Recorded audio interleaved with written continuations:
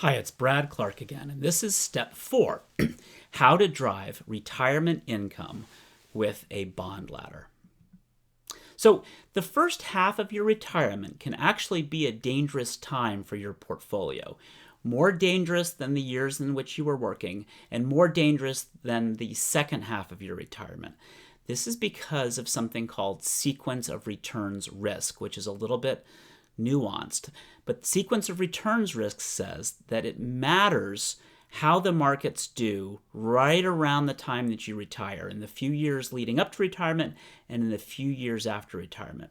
If you're unlucky enough to retire into a protracted bear market, that can be devastating on your portfolio. If you're lucky enough to retire into a protracted bull market, that's wonderful. And then if you experience a bear market afterwards, it's not nearly as bad. So that's sequence of returns risk. A bond ladder is a very effective way to mitigate that risk. So we just talked about what sequence of returns risk is. A bond ladder can help. So what is a bond ladder? It's a series of safe securities with different maturities matched to your spending needs. So each year a rung matures and you have your spending money for that year. So let's look at this just visually. So let's say you had a 5-year bond ladder. Each rung represents a different security that's maturing, let's say in year 1. The second security matures in year 2, year 3, year 4, year 5. You get the drift. So there's 3 main benefits. The first is that you can eliminate interest rate risk by holding the security to maturity. You probably know that a bond mutual fund can bounce around with interest rates. But if you hold a bond to maturity, you're guaranteed to get your principal back, and you can lock in what's called a yield to maturity. So that's eliminating interest rate risk. The second one is to reduce sequence of returns risk that we talked about a minute ago. The third is to generate cash exactly when you need it. So let's look at a quick example. So let's say you're 65 years old, your needs or your non-discretionary spending is $100,000 a year, and you've decided to take Social Security at 70. So maybe you want to build a 5-year bond ladder where each rung generates $100,000.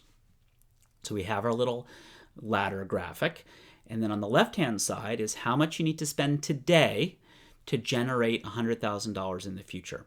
And you can see that the amount that you have to spend today to do that with each rung gets lower and lower because that's further out. So you could reposition today maybe $480,000 or $460,000, and that would generate a stream of $100,000 a year.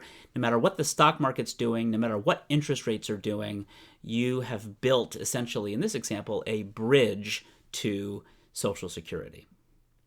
So if I were you, I would use Invesco's Bullet Shares product or iShares iBonds product. These are ETFs. They hold hundreds of securities. They're very low cost. So let's look at Invesco. I'm not going to go through both of them. I'll show you Invesco. These are specific year maturity ETFs. They're very low cost. Each one has hundreds of bonds, so you get great diversification in these products. You don't have the credit risk associated with holding individual bonds. And you can either get investment-grade corporates or high-yield corporates. I also, if I were you, would build your ladder in a dedicated account and don't commingle it with the rest of your portfolio.